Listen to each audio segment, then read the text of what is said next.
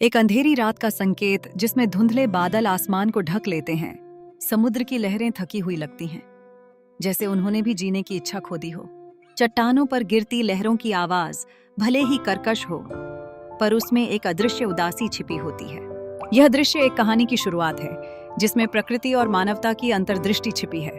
जंगल के भीतर एक असाधारण शांति बसी हुई है। पेड़ों की हरे भरे पत्ते धीरे धीरे हिलते हैं, मानो किसी गुप्त संवाद में हिस्सा ले रहे हों। हरियाली में बसी एक निर्जन झील की मूरत पानी के ऊपर बर्फ की चादर सी बिछी है। शांति की चादर तले एक चमकती ठंडक सब कुछ नियंत्रित करती है। यह जगह एक रहस्यमय आकाश के नीचे ठहर जाती है, जो अज्ञात आकांक्षाओं और ज्ञानी सोचों को समेटे हुए है।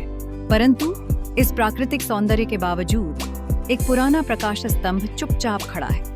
उसकी बुझी हुई रोशनी, जो जीवन और आशा का प्रतीक थी, अब निस्तब्धता में स्वच्छंद हो चुकी है।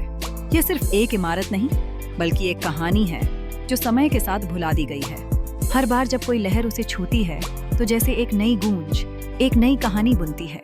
एक शाम जब आसमान थोड़ी देर के लिए खुला, क्षितिज पर एक हल्की सी रोशनी दिखाई दी। यह रोशनी सूर्य की नहीं थी, बल्कि अतीत की छाया थी, एक अनजान स्रोत से एमिनेटिंग।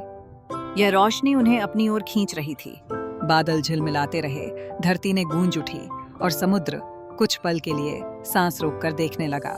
जैसे ही वह चकाचौंध स्थायी होती गई, प्रकृति के उन अंधेरे रहस्यों ने अपनी चादर खोल दी।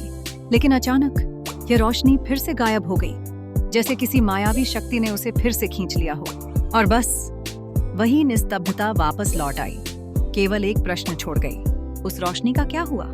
क्या वह किसी अदृश्य शक्ति का संकेत थी? यह कहानी पूछती है, क्या अतीत में छिपा हुआ उजाला कभी वापस लौटेगा?